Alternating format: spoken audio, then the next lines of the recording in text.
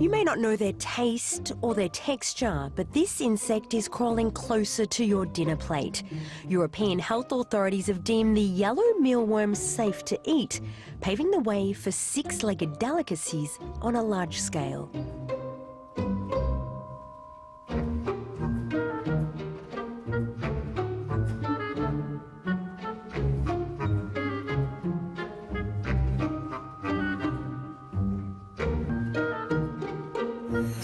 Cédric Auriol, je suis cofondateur et directeur général d'Agronutris.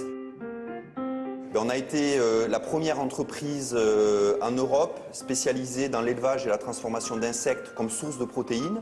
Donc nous avons élevé 9 espèces d'insectes, dont 3 de manière intensive, donc le grillon, le ver de farine et la mouche soldat noir. Le ver de farine, c'est une larve qui est le stade juste avant la métamorphose du ver de farine en scarabée. Donc on va retrouver un fort taux de protéines, aussi des acides gras de qualité et tout un panel de minéraux comme du fer, du calcium, du magnésium. Un élevage d'insectes va consommer 100 fois moins d'eau qu'un élevage d'animaux traditionnels.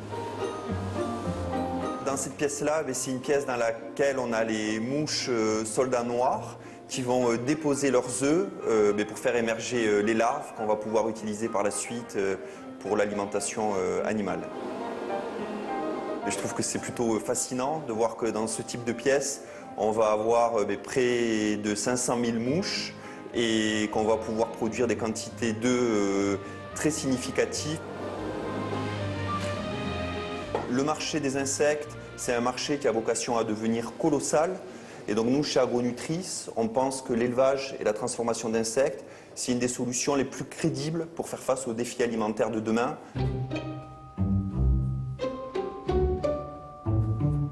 It won't be long before we can buy smoothies, burgers, or even pasta made from mealworms as they become the first insects authorised on the EU's list of what's known as novel foods. That's a list that includes things such as chia seeds and baobab fruit pulp. 14 other insects are also waiting for the green light, including crickets, locusts and litter beetles.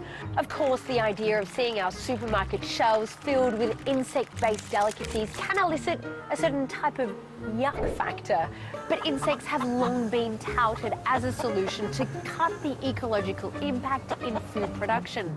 And it's now time to convince consumers that not only is eating insects acceptable, but it could be critical to our food security. Les insectes, on les voit comme les ravageurs de nos cultures, comme le moustique qui transmet différentes maladies. Mais pourtant, ils sont tout aussi positifs pour nous que négatifs. Et probablement beaucoup plus positifs. Je suis Philippe Le Gall. Ma passion depuis très petit, ce sont les insectes. Ils sont très différents de nous, au point de vue de l'évolution. Et c'est cet éloignement qui fait qu'ils ont très peu de risques à nous transmettre des virus ou des bactéries. Des insectes comme le ver de farine, par exemple, ont été largement étudiés et ont montré qu'ils ne présentaient pas plus de risques, et certainement beaucoup moins même que, par exemple, les poulets pour ce qui concerne les prions. Donc, vous savez, c'est cet agent responsable de ce qu'on appelait la maladie de la vache folle. Sur le continent africain, on a de tout temps et depuis des millénaires consommé des insectes et de façon très importante. Pour donner un exemple, en République centrafricaine, ces chenilles de papillons, c'est des centaines de tonnes qui sont consommées par an. C'est vraiment un aliment constitutif de la ration alimentaire de ces populations. Dans nos pays, je ne ferai pas de prédiction parce que qui aurait dit il y a 20 ans qu'on allait trouver des magasins de sushis à tous les coins de rue? Et les insectes, aujourd'hui, c'est un peu dans ce cas-là. C'est quand même quelque chose qui est en train de se disséminer.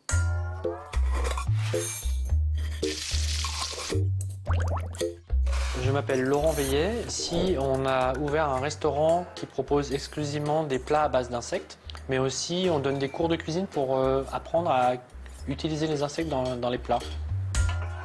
Le verre de farine, je l'utilise depuis 5 ans maintenant, donc j'ai pas attendu que la loi arrive. Moi, c'est mon insecte préféré, parce que ça a un goût assez élégant, subtil. En plus, visuellement, c'est sympa. Enfin, moi, je trouve.